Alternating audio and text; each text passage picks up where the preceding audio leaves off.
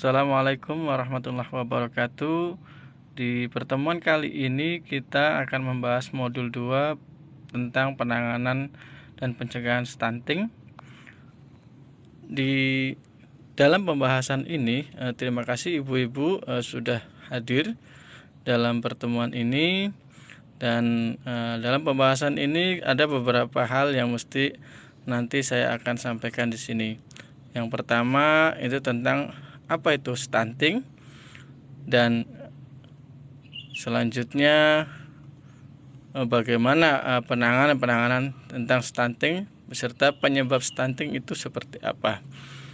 Nah, baik, yang pertama akan saya bahas tentang pengertian stunting.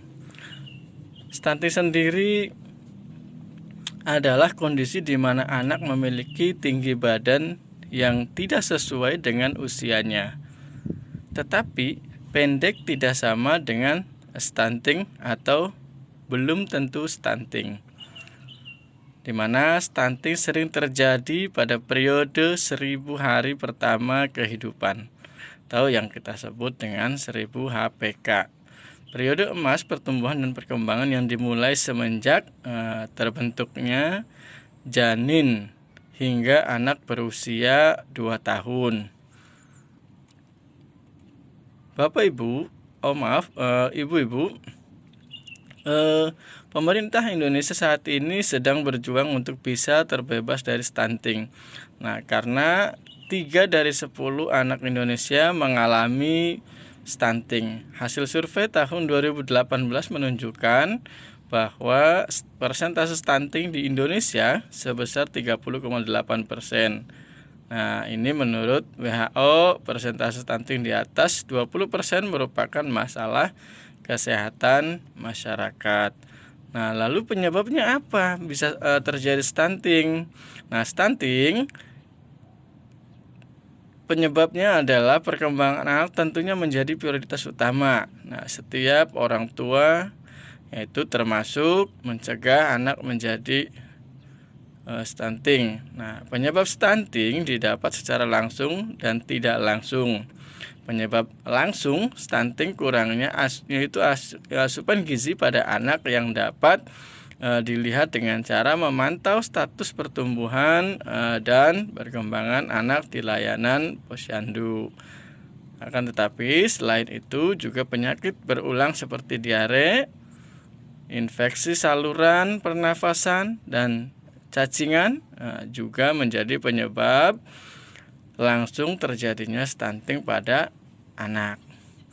Penyebab tidak langsung stunting itu kurang pemberian stimulasi atau rangsangan serta kebersihan diri dan lingkungan yang buruk. Nah, ini anak stunting itu disebabkan oleh beberapa hal, yaitu pertama, kurang gizi. Nah, ini kurang gizi dari mulai remaja ini bisa menyebabkan putaran kurang gizi saat hamil, menyusui, atau sehingga dapat menyebabkan itu terjadinya stunting. Nah, kemudian kurang imunisasi. Tidak imunisasi akan menyebabkan anak mudah sakit sehingga menyebabkan stunting.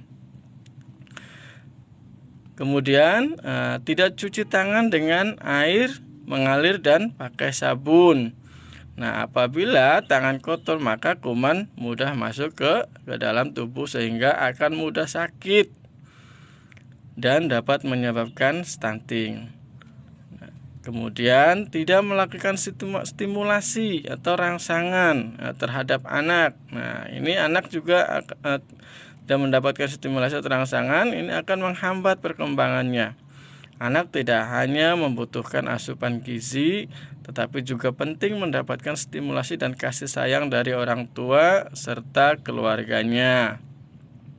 Tidak BAB atau BAK di jamban sehat. Nah, buang air besar sembarangan menjadi sumber penularan penyakit yang menular karena di lingkungan tidak sehat sehingga anak bisa mudah sakit dan menyebabkan stunting.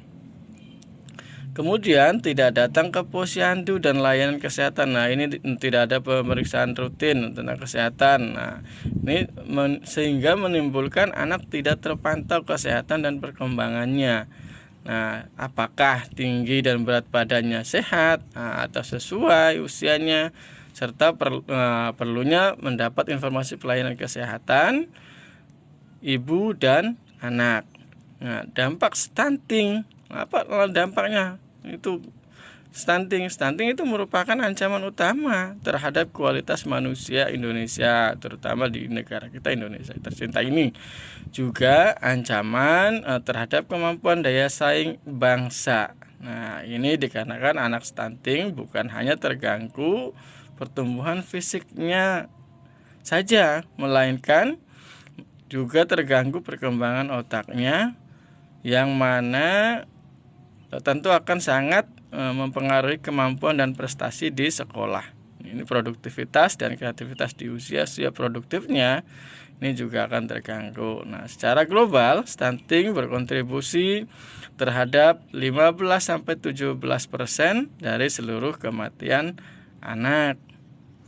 Nah, kemudian pengaruh stunting pada anak balita. Nah, ini juga pertumbuhan anak terhambat, di mana tinggi badan dan berat badannya tidak sesuai atau di bawah angka rata-rata pertumbuhan anak seusianya.